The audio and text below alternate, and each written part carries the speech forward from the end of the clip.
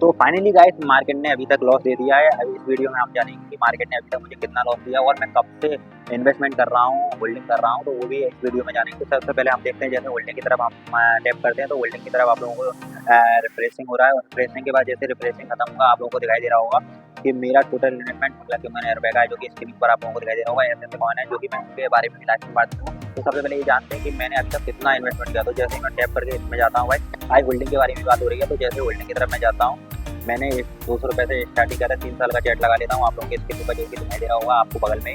तो मैंने ₹200 से स्टार्टिंग किया था। 199 आपको स्क्रीन के ऊपर दिखाई दे रहा होगा कि मुझे ₹4 का प्रॉफिट हुआ था। सबसे पहले धीरे धीरे मैंने बढ़ाया इसको, और मैंने जैसे आपको दिखाई दे रहा होगा स्क्रीन के ऊपर, मैंने जैसे ₹170 लगाया, फिर ₹500 बढ़ाया, ₹1000 किया, धीरे धीरे किया, ऐसे मैं लेता गया। और मैंने सबसे ज़्यादा अभी बंद किया है जो कि 9 जून के बाद मैंने हाल फिलहाल में कोई इन्वेस्टमेंट अभी इसमें किया नहीं है ग्रो ऐप में। मैं अदर प्लेटफॉर्म में कर रहा हूँ, उसका भी एक वीडियो आप लोगों के सामने बना दूंगा। तो मैंने इसमें इन्वेस्टमेंट किया, उसके बाद ₹1000 का इन्वेस्टमेंट करता गया है, जो कि नॉर्मल रहा है मेरा। अभी मैं बात करता हूँ कि मैंने कहाँ पे इन्वेस्टमेंट किया, आप लोगों के सामने दिखाई दे रहा है। जैसे आप लोगों के सामने दिखाई दे रहा होगा लार्ज कैप में मेरा जो कि इन्वेस्टमेंट है, और इसमें मुझे लगभग ₹9,000 का प्रॉफिट दिखाई दे रहा है। मिड कैप में आप लोग देख सकते हैं ₹8,000 का प्रॉफिट दिखाई दे रहा होगा स्मॉल में। अब मैं सबसे पहले बात करता हूँ लार्ज कैप के बारे में। जैसे लार्ज कैप ओपन करते हैं तो मैंने लार्ज कैप में कहाँ इन्वेस्टमेंट किया वो भी आपको दिखाई दे रहा है। और रिलायंस इंडस्ट्रीज, स्विगी है और IDFC बैंक है, जो कि मुझे ये सारे बैंकों का नाम दिखाई दे रहा है कि मैंने यहाँ पे लार्ज कैप में इन्वेस्टमेंट किया है।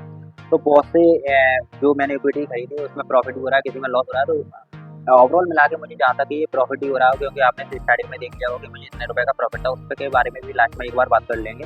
तो आप जैसे लार्ज कैप का खत्म करके अब मैं जैसे मिड कैप में आता हूँ, तो मिड कैप में भी आप लोगों को दिखाई दे रहा होगा कि मैंने विशाल मेगा मार्ट है, जो कि सुज़लोन है, एनर्जी, इसमें भी मैंने मिड कैप में इन्वेस्टमेंट किया। आप लोगों को ऊपर की तरफ भी दिखाई दे रहा होगा मुझे 22% का प्रॉफिट दे रहा है। अब जैसे मैं आपको स्मॉल कैप के बारे में ले चलते हैं। जैसे स्मॉल कैप खोलते हैं उसमें भी 7% का मुझे प्रॉफिट दिखा रहा है। ओवरऑल हर चीज़ में मुझे प्रॉफिट दिखा रहा है, क्योंकि मेरा होल्डिंग जो थी बहुत पुरानी हो चुकी है, लगभग 1.5 साल 2 साल हो चुकी है। तो ऑब्वियसली बात है कि वो मुझे प्रॉफिट ही दिखाएगा। अब जैसे इसमें इन्फोटेक है, द ग्रेट है, महावीर है, इसमें मुझे प्रॉफिट दिखा रहा है। ओला इलेक्ट्रिक है, इसमें मुझे दिखा रहा है क्योंकि ये स्मॉल कैप है, इसमें भी मैंने बहुत ज़्यादा इन्वेस्टमेंट किया। अब आप लोगों को एक चीज़ और दिखा देते हैं कि मैंने अभी तक कितने शेयर बुक किए। तो आप लोगों को दिखाई दे रहा होगा, जैसे होल्डिंग की तरफ आते हैं कि 56 मैंने अभी होल्डिंग लगा रखी है अपनी भाई। अभी मैंने 56 होल्डिंग लगा रखी है। आप लोगों को एक दिन का भी रिटर्न दिखाई देगा, जिस महीने में मार्केट अभी गिरा था हाल फिलहाल में, तो मुझे इतना फर्क नहीं पड़ा। लेकिन टोटल रिटर्न की बात करेंगे गाइस तो वो मुझे प्रॉफिट ही दिखाई दे रहा है। 14% का प्रॉफिट दिखा रहा है, बहुत कम है, तो लगभग 1 साल होता नहीं है। तो मेरे ख्याल से इतना बहुत कम है भाई। अभी इन्वेस्टमेंट यही मेरा था। अब मैं एक बात बता देता हूँ, अपार इंडस्ट्री है, जो कि मैंने बहुत कम दामों में खरीदा था, कि मार्च में अप्रैल में मार्केट गिर रहा था तभी मैंने बुक कर लिया था। आपको हमेशा प्रॉफिट तभी हो सकता है जब आप मार्केट गिर रहा हो तब बुक करें, ना कि जब मार्केट अपने हाई पर हो तब बुक करें। बहुत से लोग गलती यही कर देते हैं कि हाँ जब मार्केट हाई पे हो तभी बुक कर लेते हैं। अब जैसे आप लोगों को दिखाई देगा निफ्टी 50 की, जैसे मैं बात करता हूँ कि अभी निफ्टी 50 24,000 के लगभग है।